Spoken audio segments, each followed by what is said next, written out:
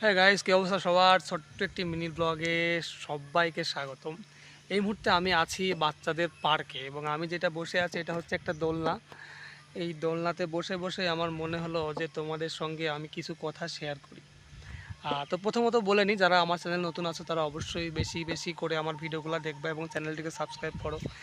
এবং এই বিকেলের যে পরিবেশ, যে আবহাওয়া চারিদিকের, তোমাদেরকে হয়তো আশেপাশে ঘুরিয়ে একটু দেখাই। দেখতে পাচ্ছ খুবই সুন্দর মনোরম পরিবেশের মধ্যে বসে আছি।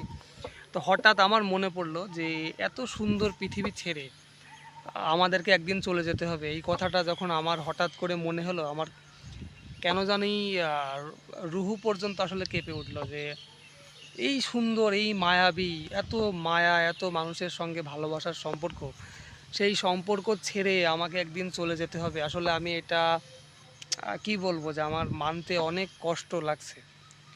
তো আমি জানি না যে মানুষের সাথে মানুষের যে বিভেদ, যে দ্বন্দ্ব থাকে, সেটা কেন চিরস্থায়ী হয়, অথচ মানুষ তো চিরস্থায়ী নয়।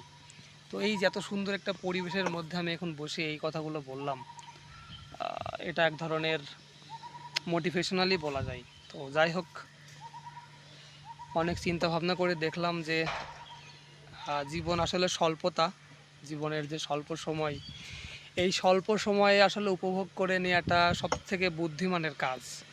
তো তোমরা যারা আছো হয়তো বা অনেকের সঙ্গে রাগ অভিমান করে শুধু শুধু নিজের শত্রুতা বাড়াচ্ছ, সময় নষ্ট করছো। সো প্লিজ তারা এগুলো থেকে বেরিয়ে আসো এবং নিজের জীবনটাকে আরও সুন্দর করে উপভোগ করো। এবং এই যে পৃথিবীর এত সুন্দর, এত মুহূর্ত, এত সুন্দর সুন্দর জায়গা যা সৃষ্টিকর্তা আমাদের জন্য বানিয়েছেন বা তৈরি করেছেন, এই জিনিসগুলোকে আসলে উপভোগ করো। প্রকৃতির উপরে আসলে আর কোনো কিছু নেই। সো আমার আশা করি কথাগুলো বুঝতে পারছো। ভালো থেকো সবাই। আসসালামু আলাইকুম।